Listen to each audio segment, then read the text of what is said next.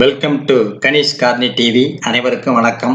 இப்போ நம்ம சேனலில் இன்னைக்கு மட்டன் கோலா உருண்டை எப்படி செய்யணும்னு பார்க்க போகிறோம். அதுக்கு முன்னாடி நம்ம சேனலை இதுவரை சப்ஸ்கிரைப் செய்யாமல் இருக்கும் நண்பர்கள் ஒரு முறை மட்டும் சப்ஸ்கிரைப் செய்து பக்கத்தில் உள்ள பெல் பட்டனையும் கிளிக் செய்து அதில் ஆல் என்ற ஆப்ஷனையும் கிளிக் செய்து உங்கள் நண்பர்களுக்கும் உறவினருக்கும் ஷேர் செய்யுங்கள், லைக் செய்யுங்கள். நன்றி. இப்போ வீடியோக்குள்ளே போவோம். ஓட்டல்களில் ருசிக்கும் கோலா உருண்டை பலரின் நாவை கவர்ந்த உணவு ஆகும். அதை வீட்டிலேயே செய்வது எப்படின்னு நம்ம பார்க்கலாம். அதுக்கு தேவையான பொருட்களை பத்தி முதல்ல முன்னாடி பார்க்கலாம். மட்டன் வெள்ளாட்டை இறைச்சி 1 கிலோ எடுத்துக்கலாம். மிளகாய் தூள் 12 கிராம், மஞ்சள் தூள் 4 கிராம், உப்பு தேவைக்கேற்ப எடுத்துக்கலாம்.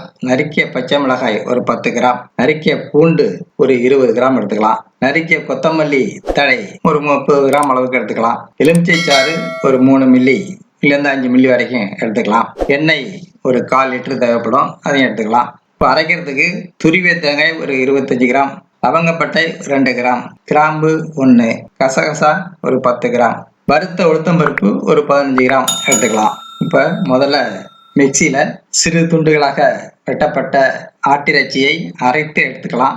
அடுத்து ஒரு பாத்திரத்தில் மிளகாய்த்தூள், மஞ்சள் தூள், உப்பு, பச்சை மிளகாய், நறுக்கிய பூண்டு, நறுக்கிய கொத்தமல்லி, எலுமிச்சை சாறு சேர்த்து நல்லா கலந்து பிசைஞ்சிக்கணும். பின்னர் மிக்சியில் தேங்காய் துருவல், லவங்கப்பட்டை, கிராம்பு, கசகசா, வறுத்த உளுத்தம்பருப்பு ஆகியவற்றை சேர்த்து நல்லா அரைச்சிக்கணும். இந்த கலவையை அரைத்த ஆட்டிறைச்சியோட சேர்த்து நல்லா பிசைஞ்சு எடுத்துக்கணும். கடைசியாக உருண்டை பிடித்து சூடான எண்ணெயில் பொரித்து எடுத்தால் சுவையான கோலா உருண்டை கிடைத்துவிடும். மிக மிக விரும்பி எல்லாரும் சாப்பிடுவாங்க. உடம்புக்கு நல்லது. பிள்ளைங்களும் குழந்தைகளும் இதை விரும்பி சாப்பிடுவாங்க. கோலா உருண்டை, மட்டன் கோலா உருண்டை செய்து சாப்பிட்டு பலனடையுங்கள். நன்றி.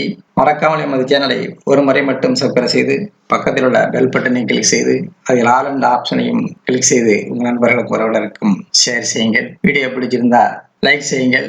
நன்றி. அடுத்த வீடியோவில் சந்திப்போம்.